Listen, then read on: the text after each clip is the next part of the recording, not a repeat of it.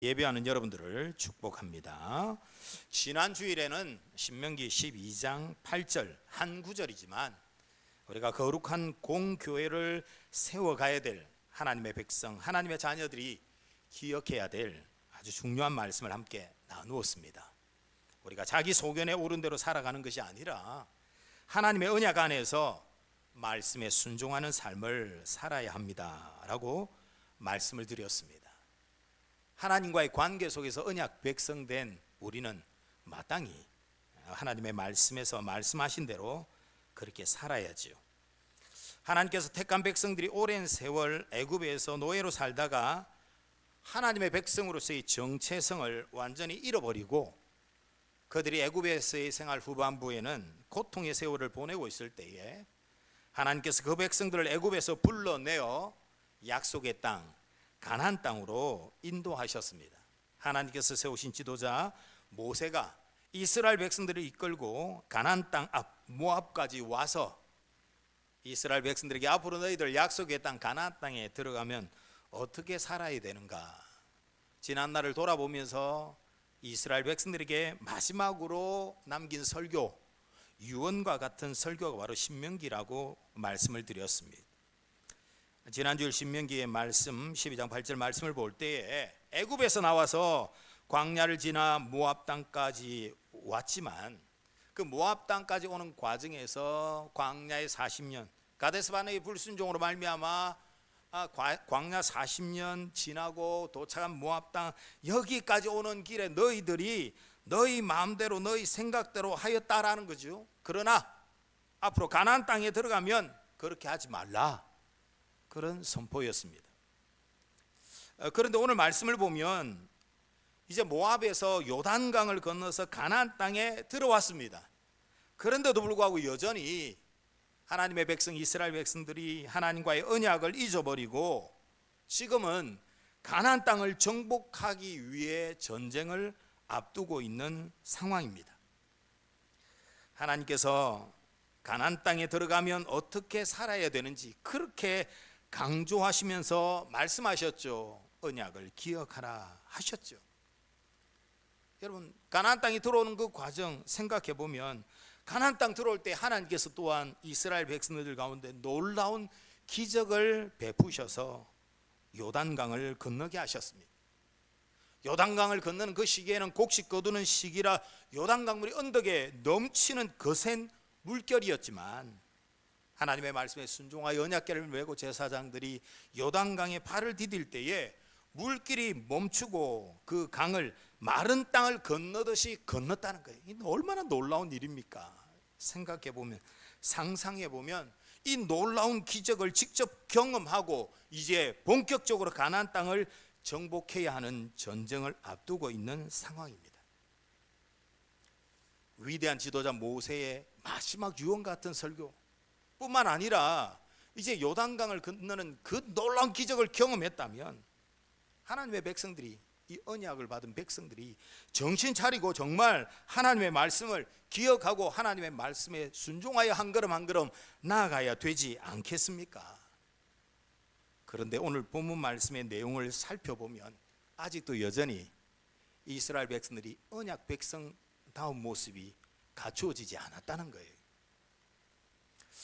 한편으로 좀 좋게 생각하며 이해해 본다면 놀라운 기적을 경험하고 가나안 땅에 들어왔지만 지금 가나안 땅 족속들과의 전쟁을 앞두고 있으니까 전쟁을 그것도 가나안 정복 전쟁에 있어서 첫 번째 상대가 난공불락의 요새라고 하는 여리고성 전투니까 이거 지금 뭐 전쟁을 앞두고 이 난공불락의 요새를 점령해야 되는데 이 전쟁을 앞두고 지금 뭐 생각할 겨를도 없고 정신도 없습니다.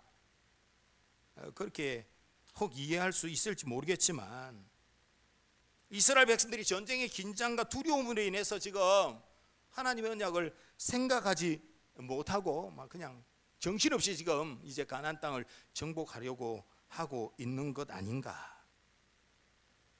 그러나 여러분, 중요한 사실은 이스라엘 백성들은 지금 자신들에게 닥친 문제, 당장 앞에 가로막고 있는 여리고성을 점령하기 위한 이 전쟁을 앞두고 정신없어서 혹 하나님과의 언약은 잊고 지금 그 전쟁에 나아가려고 하고 있지만, 그러나 중요한 사실은 하나님은 잊지 않으시는 하나님이시다라는 거예요.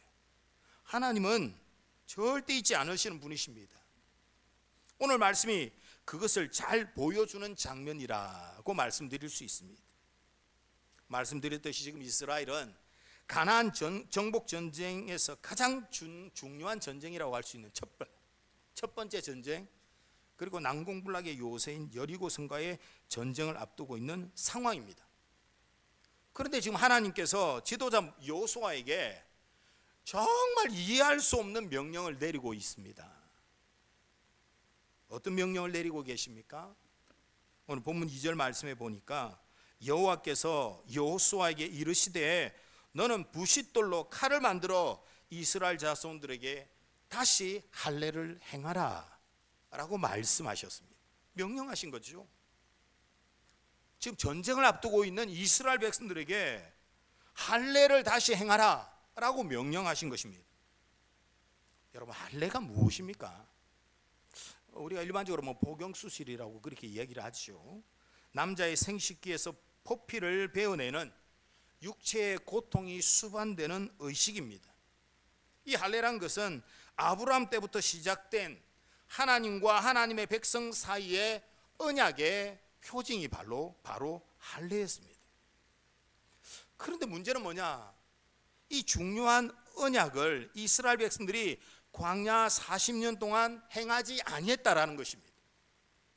본문 7절 말씀을 보면 가나안에 이르기까지 이스라엘 백성들이 할례를 행하지 못하였으므로 할례 없는 자가 되었음이었더라 라고 말씀하고 있습니다. 애굽에서 나와서 광야를 지나 모압까지 오는 동안 정말 성경 말씀을 보니 여러 가지 일들이 있었죠. 여러 가지 일들이 있었지만 그 오랜 시간을, 40년이라는 그 오랜 시간을 할례를 시행하지 못했다는 것은 궁극적으로 언약 백성된 이스라엘 백성들이 자기들의 소견에 오른 대로 행하였다는 사실을 잘 보여주는 것입니다. 언약 백성으로서 하나님의 언약을 기억하고 말씀에 순종하며 살았던 것이 아니라 지난주에 말씀드렸듯이 자기 소견에 오른 대로 행하였더라. 그 분명한 증거가 뭐예요? 광야 40년, 지금 가나안 땅 앞에 오기까지의 40년 세월 동안 그들이 할례를 시행하지 아니했다라는 거예요. 이제 하나님께서는 가나안 정복이란 중요한 전쟁을 앞두고 전쟁에 필요한 무기나 전략이 아니라 할례를 명령하고 계시는 것입니다.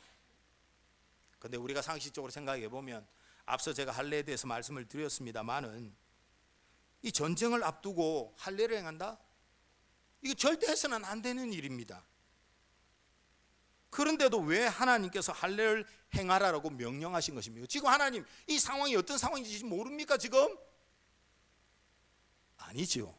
하나님은 이 모든 상황을 다 아시는 분입니다. 그런데 우리가 이해할 수 없고 우리가 받아들이기 힘든 그런 명령을 하신다면 거기에는 분명한 하나님의 뜻이 있는 것입니다. 우리는 말씀을 볼 때 내가 이해 안 되고 내가 받아들일 수 없다고 이거 잘못된 것 아닌가? 아니죠. 하나님의 말씀은 온전히 진리십니다. 그리고 우리가 이해할 수 없고 우리가 아니에요. 거기는 분명한 하나님의 뜻이 있습니다. 결론적으로 말씀을 드린다면, 하나님께서 할례를 명하신 것은, 이 중요한 순간에 할례를 명하신 것은 하나님의 백성된 너희들의 전쟁의 승패는 전쟁에서 이기고 지느냐 이 문제는 군사력에 있는 것이 아니다. 너희들이 하나님의 언약 백성이라는 정체성을 분명히 한다면 너희들이 가는 그 전쟁, 너희들이 가는 그 길의 전쟁은 분명히 승리한다는 것입니다. 하나님께서 하나님의 백성들을 위하여 앞서가시고 대신 싸워주시는 거죠. 이 사실을 하나님께서 지금 오늘 말씀에 이 전쟁 앞에 할례를 행하라는 이 명령을 통하여 분명히 말씀하고 계시는 거예요. 여러분, 할례에 대해서 말씀을 드렸습니다마는 남자들이 이 할례 의식을 행하고 나면 3일에서 7일 동안은 아주 고통이 심하기 때문에 불편하여 행동할 수가 없어요. 그런데 모든 이스라엘 백성들에게 모든 남성이 한꺼번에 거동이 불편해지는 그런 상황이 이 할례를 행하는 거예요. 전쟁을 수행함에 있어서 주요 전력이라고 할 수 있는 모든 남자에게 할례를 일시에 행했다? 이건 뭐지요? 이건 전쟁으로 따지자면 이건 자살행위라고 말할 수 있는 거죠. 적들이 만약에 알게 된다면 기회다 급습을 해가지고 만약에 쳐들어온다면 이건 전쟁을 하기도 전에 이미 패배하고 마는 거죠. 실제로 창세기 44장의 말씀에 보면 히위 족속 세겜이 야곱의 딸 디나를 성폭행한 사건이 나옵니다. 그런데 이 디나의 성폭행 사건으로 인해서 야곱의 아들 중에 특별히 시몬과 레위가 어디 디나를 맡아 그래서 막 진노해서 히위 족속의 모든 남자를 죽이는 그런 아주 안타까운 사건이 나옵니다. 그런데 그 내용을 말씀을 보면 시몬과 레이가 여동생의 복수를 위해서 히위 족속과 이렇게 이야기를 하면서 이 히위 족속은 야 이왕 이래 된 거 이스라엘 백성들과 우리가 함께 교류하고 함께 결혼하고 함께 살면 안 좋으냐 그렇게 이야기할 때에 이 시몬과 레이가 진노를 쫙 누르면서 히위 족속에게 이렇게 이야기합니다. 이스라엘은 할례를 받지 않는 남자와는 결혼할 수 없다. 이스라엘의 여성들은 그렇게 하면서 히위 족속 남자들이 다 할례를 받도록 유도하지요. 그리고 난 뒤에 히위 족속 남자들이 할례로 인해서 고통을 받고 있을 때에 쳐들어가서 히위 족속을 다 멸하는 남자들을 다 죽였다라는 이야기가 나오고 있습니다. 여러분 그렇습니다. 이미 창세기에서도 보았듯이 전쟁을 앞두고 있는 장정들에게 할례를 시행한다는 것은 이것은 말도 안 되는 전략입니다. 그런데 하나님께서 이 중요한 전쟁을 앞두고 있는 이스라엘 백성들에게 너희들은 다시 할례를 행하라 라고 말씀하신 것입니다. 참 이해할 수 없죠. 그러나 여기에는 분명한 이유가 있다고 말씀을 드렸습니다. 하나님의 백성들이 하나님께서 약속하신 가나안 땅을 점령하는 것은 이것은 단순히 군사적이고 지리적인 의미가 아니에요.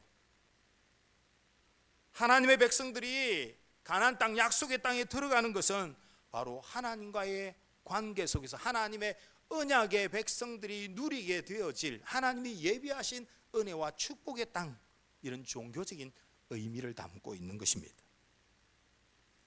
그동안 가나안 땅에 들어오기까지 이스라엘 백성들은 하나님의 언약을 잊고 살아왔다라고 성경은 말씀하고 있습니다. 여러분 하나님과의 언약을 잊어버렸다? 이것은 하나님을 잊어버리고 살아왔다는 것입니다. 하나님과의 관계가 단절되었다는 의미예요.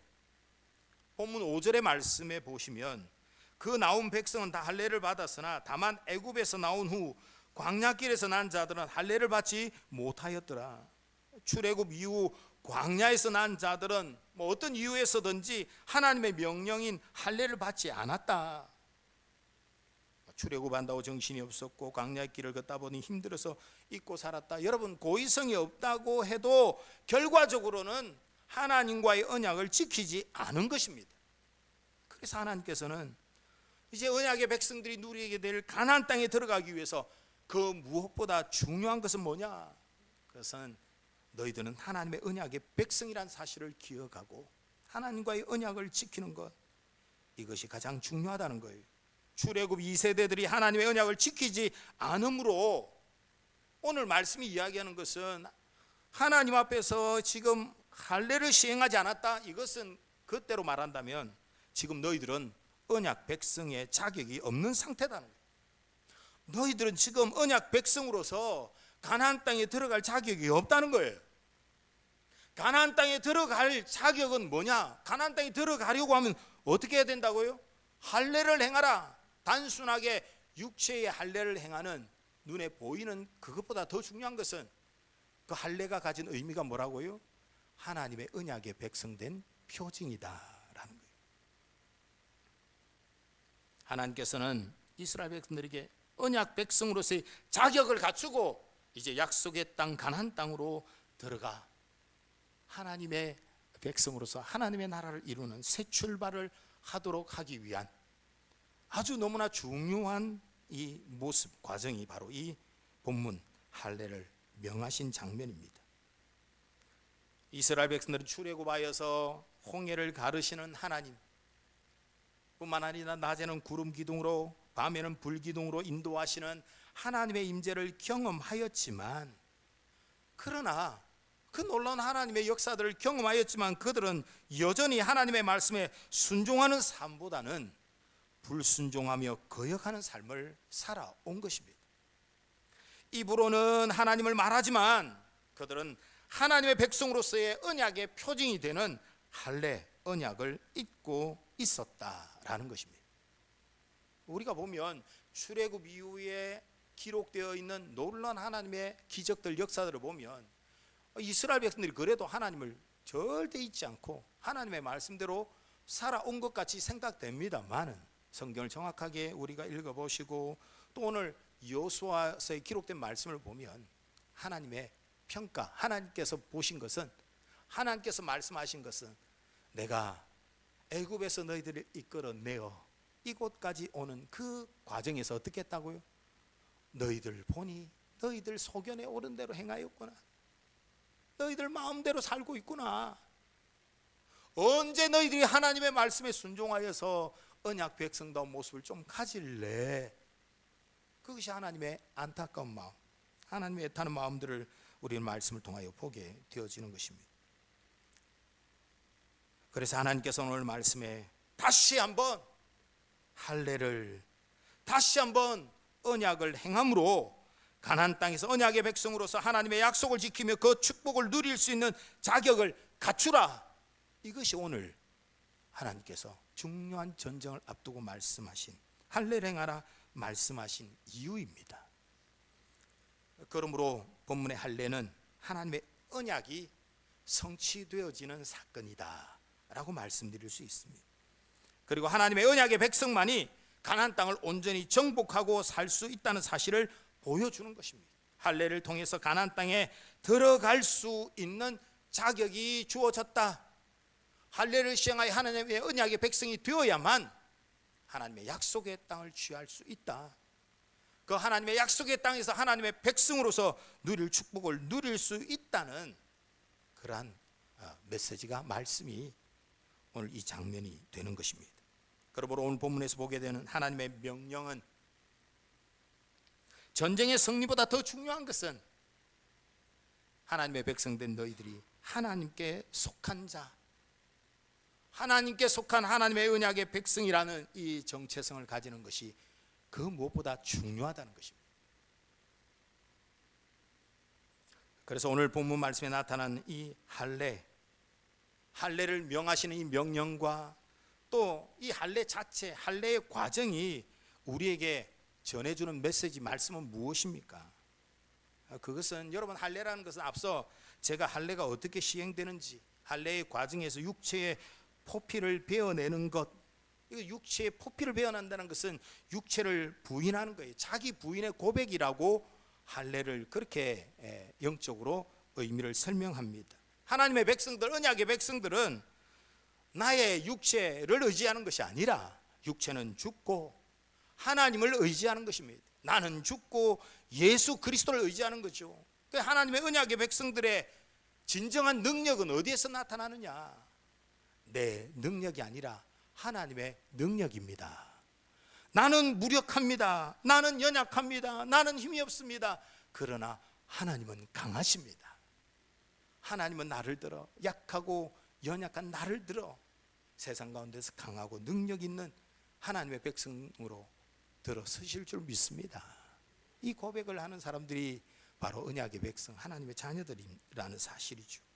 할례의 과정은 그것을 우리에게 분명히 말씀하고 있습니다. 그리고 오늘 본문 9절에서 여호와께서 여호수아에게 이렇게 말씀하십니다. 할례를 시행하면서 내가 오늘 애굽의 수치를 너희에게서 떠나가게 하였으므로 그곳 이름을 오늘까지 뭐라고요? 길갈이라는 지명의 이름이 많이 나옵니다.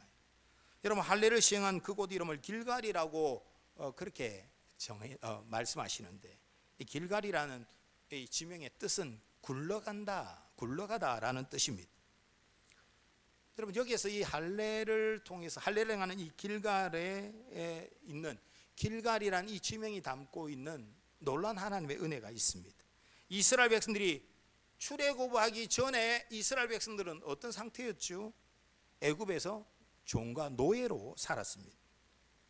노예 신분, 비천한 존재, 그렇게 살았습니다. 그러나 하나님께서 이 이스라엘 백성들을 애굽에서 출애굽하시고 언약의 백성으로서 지금 살아가게 하시는 것은 이제 종에서 뭐가 된 거예요? 자유자가 된 것입니다. 여러분, 여기에 놀라운 구속사적인 의미가 있죠. 예수님을 믿음으로 구원받은 우리가 예수 믿고 구원받았다는 건 뭡니까? 에베소서 2장에 허물과 죄로 죽었던 우리를 구원하셔서 영원한 생명을 얻게 되어진 것입니다. 예수님을 믿음으로 그리스도 안에 거하면 이제는 더 이상 정죄함이 없습니다. 과거의 상처와 수치는 이제 다 굴러간 거예요. 예수 그리스도를 통하여서 예수 그리스도를 믿음으로 이제 우리는 과거의 모든 죄의 종이었던 그러한 우리가 그리스도로 말미암아 완전한 자유자가 된 것입니다. 죄에서 자유를 얻게 되는 것이죠. 이제 우리의 과거의 모든 상처, 수치, 허물, 죄, 이 모든 것들은 십자가 아래로 굴러가 버리게 되어진 것입니다. 그러므로 구약의 할례의 의미는 신약에 와서 영적 할례는 곧 세례의 의미로 이어지게 되는 것입니다. 로마서 2장 28절부터 29절 말씀을 보면 무릇 표면적 유대인이 아니요 표면적 육신의 할례가 아니니라. 오직 이면적 유대인이 유대인이며 할례는 마음에 알지니 영에 있고 율법 조문에 있지 아니한 것이라. 이 말씀을 그냥 말씀 그대로 읽으면 조금 어려워요. 표면적, 이면적이 뭐죠? 오늘 우리가 말씀의 내용과 함께 이어서 설명해 본다면 이 표면적 할례라고 표현한다면 이거 뭐 육체의 할례를 말하죠. 이면적이라는 것은 뭡니까? 눈에 보이는 육체의 할례가 아니고 보이지 않는 마음에 행하는 할례, 이것을 의미합니다. 그래서 구약의 눈에 보이는 육체의 할례, 외적인 할례는 신약에 와서는 마음의 할례, 곧 마음의 할례는 무엇입니까? 우리가 마음으로 할례를 받는다, 마음으로 하나님과의 언약의 백성임을 인친다. 이것은 지금 신약 시대에 와서는 무엇을 통하여 우리가 그것을 고백하고 확인합니까? 세례를 통하여서 확인을 하는 것이죠. 그래서 구약의 외적인 할례, 육체에 행하는 할례는 신약 시대에 와서는 마음의 할례, 세례로 완성되어지는 것이죠.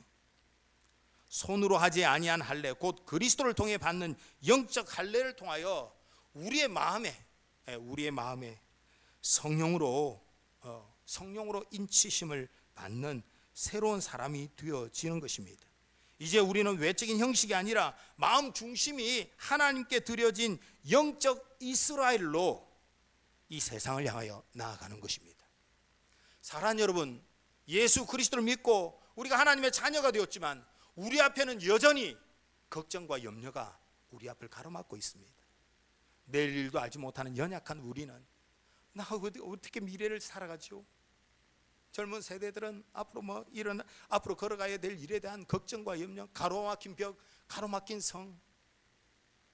표면적으로 보면 여리고성이 더 대단해 보이지만 영적으로 생각해 본다면 지금 이 시대가 살기 좋아지고 편해졌다고 하지만 우리 앞에 하나님의 자녀된 여러분들이 걸어가는 그 인생의 여정, 하나님의 나라를 이루어가고 또 하나님의 영원한 하나님의 나라를 바라보는 우리의 길에 가로막고 있는, 우리가 감당해야 될 영적인 전쟁이 정말 말로 표현할 수 없어요.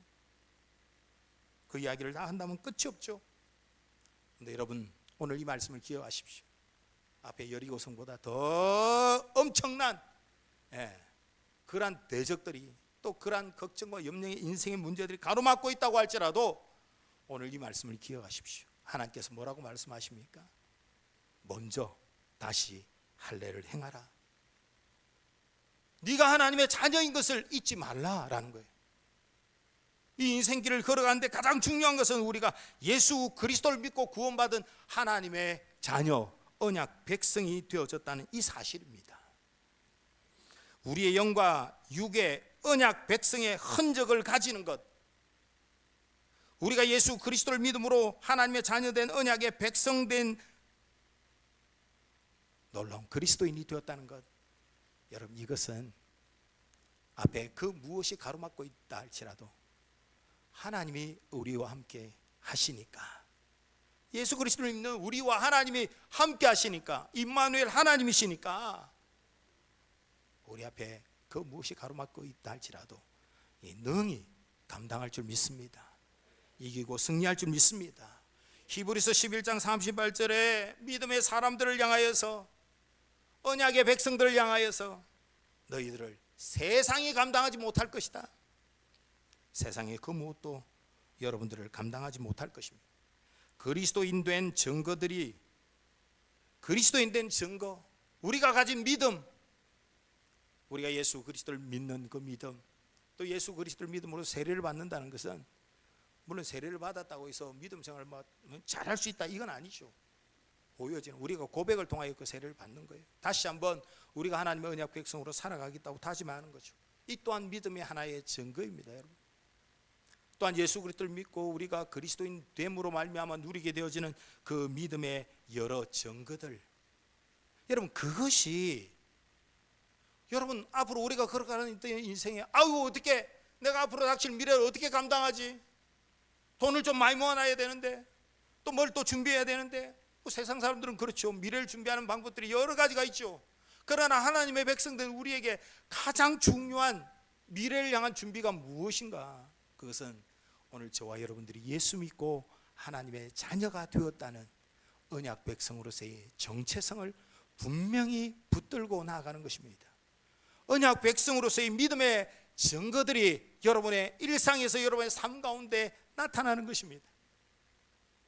여러분 그것을 가지고 나아가면 우리 앞에 닥쳐진 문제들은요, 여러분 우리의 생각하고는 전혀, 정말 생각하지도 못했던, 상상할 수도 없는 그러한 방법으로 하나님께서 우리와 함께, 우리와 앞서 우리의 길을 이끄심을 경험하게 될 줄로 믿습니다.